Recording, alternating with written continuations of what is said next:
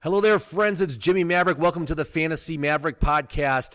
This week, we are going to talk about what a disappointing year it was for the elite wide receivers in 2019. But I'm going to give you three names of wide receivers that I think are going to bounce back very strongly in 2020 and are going to be available at a bargain price. I'm also going to give you 4 names of elite wide receivers you need to stay away from. Coming up right now.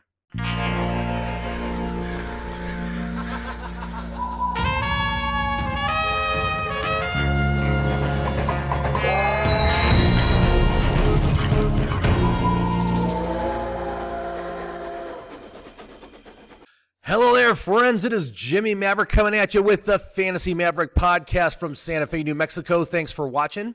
So today we are going to talk about elite wide receivers. I don't need to tell you this, but last year was horrendous for the elite wide receivers. And if you happen to take most of these guys in your draft, chances are you weren't pretty heavy. Let's just review what players got taken in the top 12 last year. Okay, you started out with DeAndre Hopkins, who had a decent year. Devontae Adams, obviously, big injury in the middle of the season. That really hurt his value, although he did end the season just fine.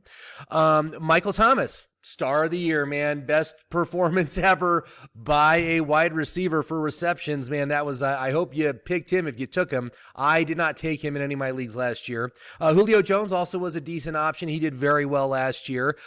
Juju Smith-Schuster, colossal bust. Odell Beckham Jr., colossal bust. Tyreek Hill, injured, didn't play for a month.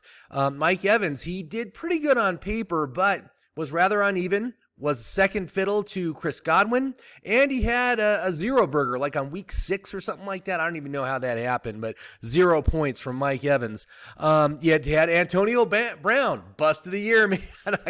I feel bad for anybody that took him in last year's draft. Then you had Keenan Allen, who did all right. And then Adam Thielen, total bust. Stephon Diggs, certainly a bust. He did not perform up to expectations relative to his draft position. So, I just wanted to say that this happens every year, right? There's always like a class that does exceptionally bad. And I think that last year was one of those things where the wide receivers had a horrendous year.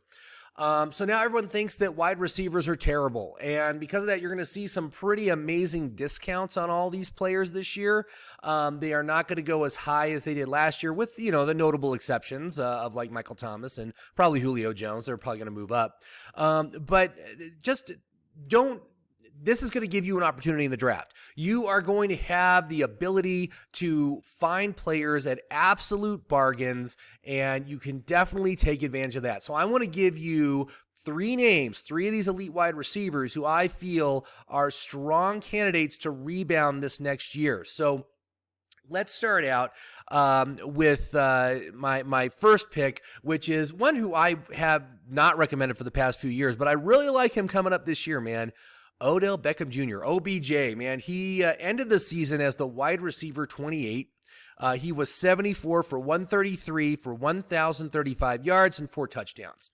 Very poor effort all around. But the thing that I'm looking at here is, 1, he had fantastic volume. I mean, 133 targets was I think that was 12th most in the league for targets. So that was very good. He did switch teams. So he's playing with a new quarterback, new teammates. There's always an adjustment period there. I don't like to take players when they change teams, but typically the year after they join that team, they're going to be in a much better situation. Also, we got a new coach, one who we hope will know what the heck he's doing, unlike Freddie Kitchens. So I see a lot of positives with Odell Beckham Jr. And because he did so bad last year, he is getting heavily discounted in the early projections of the draft boards. And this is not surprising. Right now, I am projecting him right at around pick number 24, the wide receiver 12. So we're talking end of the second round, early third round. I love that placement for him. If I can get him in the third round, I would be ecstatic. All right. Because I feel that this guy, obviously Odell has shown in the past, he can be a top 6 wide receiver. And I feel that he could do that again this year. I think Cleveland's going to make some strides offensively. And they've already got good players on that team. So it's just a matter of Baker Mayfield playing better and OBJ playing better. I think both of them are going to be better this year. So I would definitely take a chance on him. Now, my next one, another disappointing effort from last year, Davante Adams, man, finished as the wide receiver 24. He went 83 of 127 for 997 yards and 5 touchdowns. Now, obviously, the big disappointment with Davante was he missed a huge chunk of time right in the middle of the season, missed 4 games that really killed his stats, and he was playing great at the end of the season. So he was playing as you would expect Davante Adams to play. But because he had such a rough year, I am projecting him right now to fall to like the 4th wide receiver pick, which would be right around ADP 13, right at the beginning of the 2nd round. And I got to say, I really, really like getting him there. I mean, come on, as far as the quarterback goes, he's playing with one of the best quarterbacks in the league, and so that's very good. He is clearly an important part of this game plan. I mean, had we taken his stats and averaged them out over a full season, we probably wouldn't even be talking about him as a disappointment. He probably would have gotten about 1,200 to 1,300 yards and probably 8 touchdowns, and we wouldn't even be having this discussion. But because he ended with a sub 1,000 yards and only 5 touchdowns, he's getting discounted. So Davante Adams, I'm fully confident, will bounce back in a very strong fashion this next year. I do like, obviously, Green Bay's offense has looked very good. We'll see what happens in the draft here. It would be nice to see them draft another quality wide receiver to go opposite Adams. Again, to take the heat off of him and to open things up and to make him, and Adams, I mean, there's no better wide receiver in the red zone than Davante Adams. So I expect him to be a great choice for your fantasy team this year. And I'm personally very partial towards taking an elite wide receiver in the 2nd round. This year might be a little bit different, man. The wide receiver field is very deep this year. You've got a lot of elite talent coming in as well. They're projecting 6 or 7 wide receivers taken in the 1st round of the NFL draft. That is unbelievable. But they're comparing this crop of receivers to the 2014 class, which included Odell Beckham Jr. and who else is in there? Brandon Cooks. And there's some other big names in there. I'm drawing a blank on them right now, but that's what we're looking at. So the whole wide receiver position is going to be very, very deep this year. It's going to be easy to get good players later in the draft than you normally would have to. So, but I still think it's a viable strategy. If you can get Davante Adams in the 2nd round, that'd be great.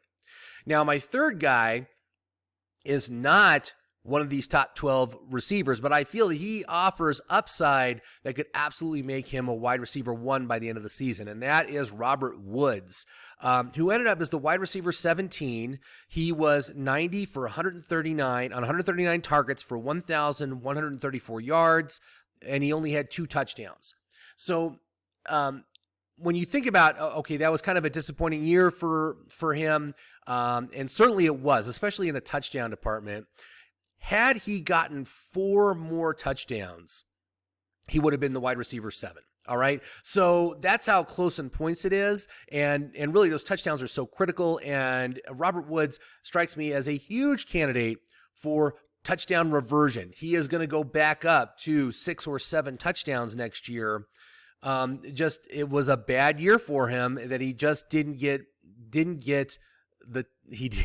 the ball in the end zone. So it happens, right? There's a lot of receivers this happens to, but Woods is looking like a tremendous bargain because everyone's thinking that he had a disappointing year. But it was very good. The volume is fantastic. Volume is top 12. And let's see here. He's currently sitting right now at about wide receiver 24 on most projections. That's right around pick 49. So that's the end of the 4th round, beginning of the 5th round. Man, if I could get Robert Woods in the 5th round, I'd be dancing on tables, man. That would be amazing. So these guys all have a tremendous amount of upside relative to their draft position. And when it comes to the draft, that's always what I'm looking for. I always want value and upside with the guys. And, when you look at guys that I'm avoiding right now, these are guys that just strike me that they are at their ceiling and they're going to come down off of it, which is going to make them a poor choice for fantasy. And so 3 guys that I think you should avoid this year. The first one, obviously, Michael Thomas. Any player coming off an NFL record-setting season is a guy you need to avoid the next season, because it's going to be almost impossible for him to repeat what he did this past season. And when you look at like the stars of 2018, the ones that set NFL records, guys like Patrick Mahomes and Travis Kelce and George Kittle, and those guys, they all came off those tremendous record-setting seasons by about 15 to 20%. And then you throw in the risk of an injury sidelining them for a few games, it just annihilates their value. Ask anybody that drafted Patrick Mahomes last year how they felt about their draft pick, and they will tell you it doesn't feel good. It's not good. So you need to stay away from the guys that are at their ceiling and are going to come off of it.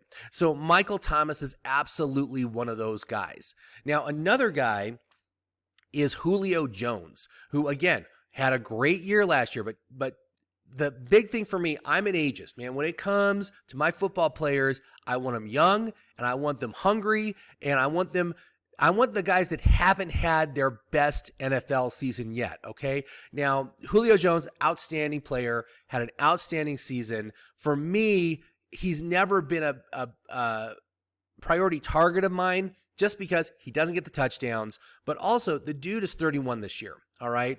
And when wide receivers get over age 30, that's typically when they start their slow decline. Now, they can plateau for a few years and do very, very well, and I certainly expect him to continue to perform at a very high level. But as I'm projecting him as the number 2 wide receiver taken this year, or maybe number 3, I'm just not seeing that there's going to be any value there. I'm only seeing downside. You got Calvin Ridley coming back, and I believe Calvin Ridley is going to be on a contract year. I'm not positive about that yet. I got to double check that. But you got Calvin Ridley coming back. Certainly the Falcons are a high volume passing offense, and that's great. That's what you want when you're picking your wide receivers. You want a quarterback that's going to throw the ball a ton. So, he's got that going for him. But if I'm looking at upside, man, I would much rather have Devontae Adams than Julio right now. I mean, that's just where I'm at. But so that's where that is. Now the third guys you need to avoid are actually, they're both on the same team right now. It looked like one was maybe going to go into free agency, but it looks like they're both going to be retained. But Adam Thielen and Stephon Diggs, these guys were the number 11 and number 12 wide receiver selected last year.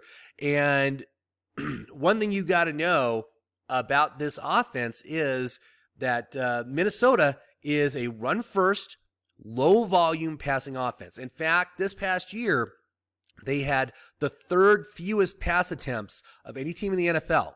And what that means is you don't want any receivers from low-volume passing teams because the production is just too inconsistent to count on. And, these players will have good games. They both had good games this past year, but for the most part, you're going to be very disappointed, especially if you're spending. In this case, these guys are probably going to go. Let's see here. Well, Thielen obviously is going to fall a ton. He's going to fall like to the 25th or 26th wide receiver taken. So he's going to be like a 5th or 6th round pick. He's going to look like a bargain there. I'd still stay away from him. I don't think he's worth it. Stephon Diggs is probably going to be somewhere in the 18 to 24 range for wide receivers. So he is going to be probably 3rd round, maybe early 4th round pick. But as long as they are on this team, and as long as this team is committed to Dalvin Cook running the ball, they're not going to get enough volume to be fantasy viable. So you need to stay away from those guys. So let's just review, man. As far as I'm looking at the guys with upside right now, Odell Beckham Jr., Devontae Adams, and Robert Woods, all guys that have tremendous upside. Man, I love the idea that if I could get Odell Beckham in the 3rd, Robert Woods in the 5th, that would be awesome. I would be so happy if I got those two. But even taking Devontae Adams in the 2nd, and then Robert Woods in the 5th, or late or my late 4th round pick, that's also a good choice. So those guys are guys you definitely need to keep an eye on. They're all good values for this fantasy season. But the guys you need to stay away from: Michael Thomas, Julio Jones, Adam Thielen and Stephon Diggs. So stay away from those guys. You'll be fine. So thank you very much for watching the Fantasy Maverick podcast. We hope you enjoyed it. Please like, comment, and subscribe below. I love to hear from you guys. As we're heading into right now free agency and then the draft, is great time for fantasy football. I'm really excited to see where these free agents are going to go. It's going to be interesting to talk about that. Hopefully we'll have some news on that soon. But in the meantime, keep watching, subscribe, and have yourself a great week, everybody. Thanks for watching.